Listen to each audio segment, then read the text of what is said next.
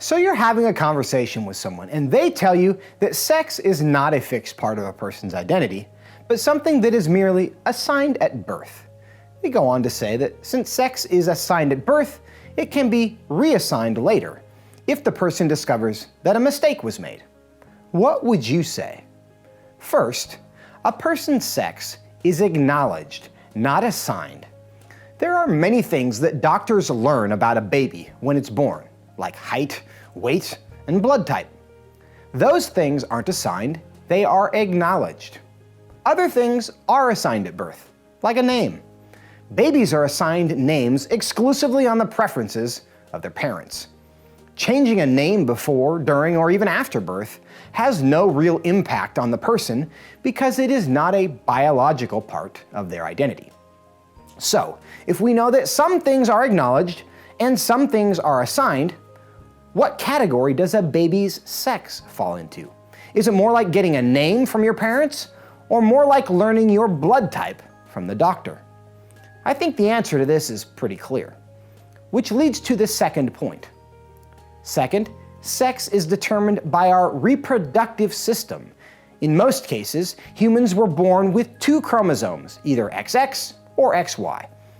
Those chromosomes lead to the creation of reproductive organs, which create sex hormones, which in turn create genitalia and secondary sex characteristics like body hair, bone structure, or an Adam's apple.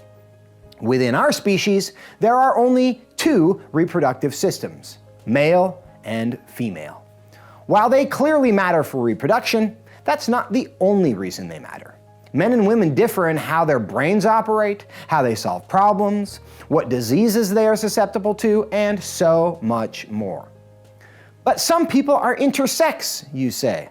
This is true, which leads to the third point. Third, disorders of sexual development don't create new categories of sex.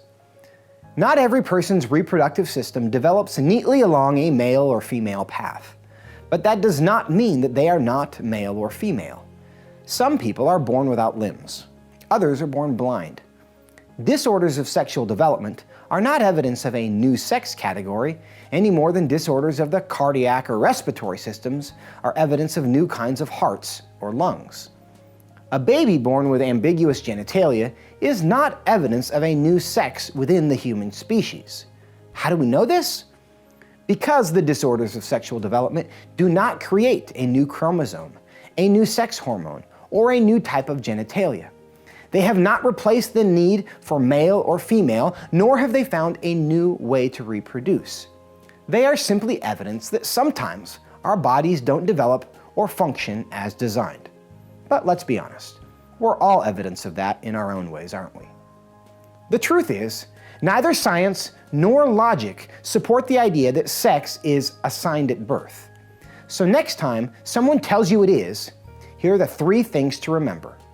First, a person's sex is acknowledged, not assigned. It's much more like a blood type than a name. Second, sex is determined by our reproductive system, not our feelings. And third, disorders of sexual development don't prove that there are many different sexes. They just prove that we're imperfect, which we all kind of knew anyway.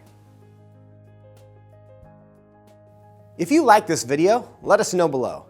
If you want to make sure you see the next one, hit subscribe. If you'd like to keep these videos free and available to the whole world, chip in below.